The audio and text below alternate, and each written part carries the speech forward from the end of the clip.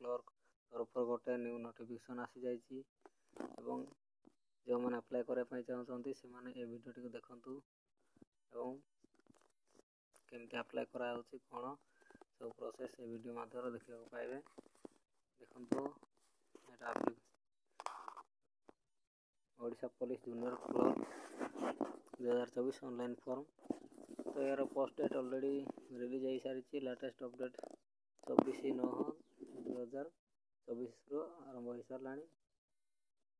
तो देखिपे देखो ये लिखाई ब्रीफ इनफॉरमेशन आपने पढ़ी पारे कौन लिखाई देखो ये ओडिशा पुलिस आज publish a notification for the requirement of junior clerk DPO card vacancy in Odisha. यार notification and apply online mode हो जो मैंने एलिजिबल अच्छा से मैंने अप्लाई करेंगे। देखिपे देखो एप्लिकेशन फीस अच्छी पूरा नील एप्लिकेशन फीस आपण मानक अप्लाई करने टाइम किसी अमाउंट पे करा पड़ो ना डायरेक्ट नील अच्छी। तो इम्पोर्टाट डेट गुड़ाक देखी नौथे यार ऑलरेडी कौन स्टार्ट हो सारा 23/9/2024 स्टार्ट हो सारी यार लास्ट डेट रही कौन ना 13/10/2024। यार लास्ट डेट 13/10/2024 शेष होगा जाऊँगी। आप जो मैंने देखी ना वीडियो टी देखूँ और जल्दी अप्लाई करनी। देखो डेट ऑफ एडिटिंग और करेक्शन ऑनलाइन एप्लिकेशन फॉर्म।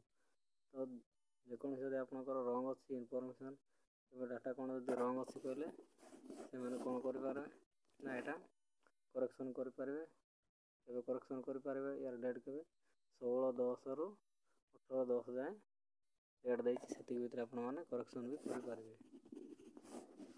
और नेक्स्ट देखो यार एज लिमिट कौन रही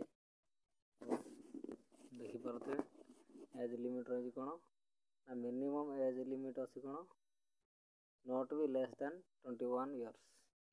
तो मिनिमम एज लिमिट रही कौन 21 वर्ष रु अधिक हो कि 21 वर्ष कम हो न अप्लाई करेंगे। मैक्सिमम एज लिमिट हूँ 38 years not be more than 38 years माने 38 इयर्स रु 38 वर्ष रु कम होता दरकार एवं 21 वर्ष रु अधिक होता दरकार। तो से अप्लाई करेंगे। यार क्वालिफिकेशन कौन रही ना candidate should possess +2 exam basic computer skill. तो +2 एग्जाम दे सारी कि +2 कौन कंप्यूटर नॉलेज थी दरकार से मैंने एलिजिबल हो पारे जॉब। तो यार वैकेंसी कौन रही ना कौ पोस्ट रही देखिपे यहाँ वैकेंसी डिटेल्स पोस्ट नेम हूँ जूनियर क्लर्क टोटाल वैकेंसी रही 177टी एवं यहाँ एप्लिकेशन मोड हूँ अप्लाई मोड हूँ ऑनलाइन मोड ऑनलाइन रे आपण मैंने अप्लाई करेंगे। तो वीडियो जब भल लगे कमेंट कर कहतु और सब्सक्राइब गोटे कर दिंतु। धन्यवाद।